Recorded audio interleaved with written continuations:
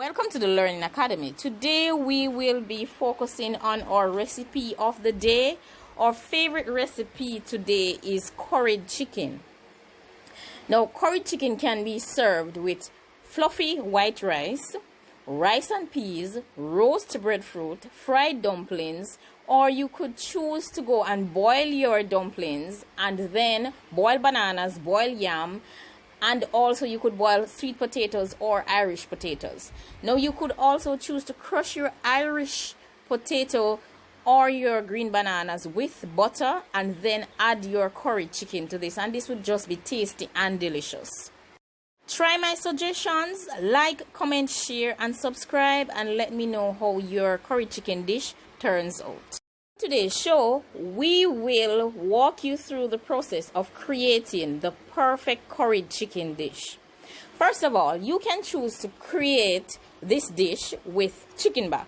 So yes, you can replace the chicken in the dish with chicken back or turkey neck. Whatever your choice is, it will still be delicious. As you may have realized, I am a lover of curried chicken. I love it. It is one of my favorite dishes. Now, I cannot tell you why I love curry so much. However, I believe that it's the flavor that it brings out in my meals and the taste that it gives them. This taste is just delicious. And you can have it anytime. So I'll have curry for lunch, dinner, and even breakfast. And even supper as well. So basically, I will have curried chicken, curried goat, curried rice, curried fritters, or even curried dumplings. Hey, maybe I'm Indian, but I just cannot see it nor prove it. Our ingredients of choice for our curried chicken recipe today is chicken. So you choose the amount of chicken to go with your plans for serving and the amount of persons you plan to cater for. So basically, you need to also have some vinegar, get some scallion, get some onions, garlic, get some pimento, get a pack of coconut milk as well.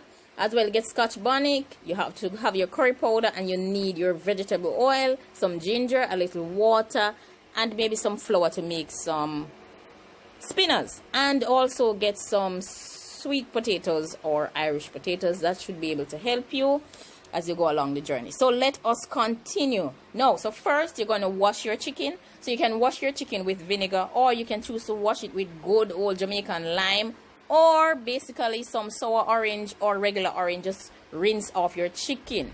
After you rinse your chicken, you're going to use your chopped natural seasons to season this. Add a little salt, or if you have any other seasons that you like, you can add them as well. But I promise you that this dish is good enough all on its own with natural seasons.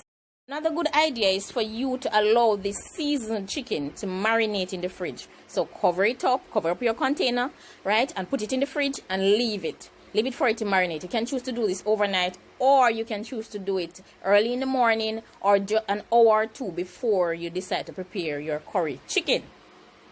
Marinating your meat, right, allows the seasons to just intermingle into the meat, and all of it to just be incorporated and just have this delicious taste at the end when the meal is finished. Now that your chicken is prepared and all cleaned up and all properly seasoned and marinated, what you're going to do is you're going to remove it from the fridge and put it on your kitchen counter along with a portion of the chopped season that you had, and then you're going to get some cooking oil. You're going to get a dry, clean pot, and you're going to put that on the stove, and you're going to pour the oil into the pot and leave that oil to get heated to an appropriate temperature so that you can later add the necessary ingredients to the pot.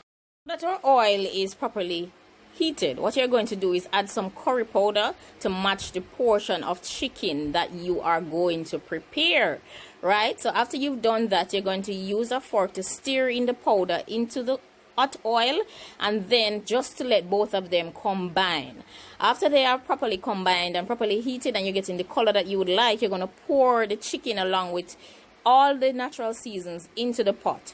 And after that, you're going to cover the pot and turn down the flames to a low level just to allow it to steam. You're going to allow this curry chicken now to cook and to gather its own water. This is the best way, so that everything is just intermingled in the pot and all the seasons are incorporated.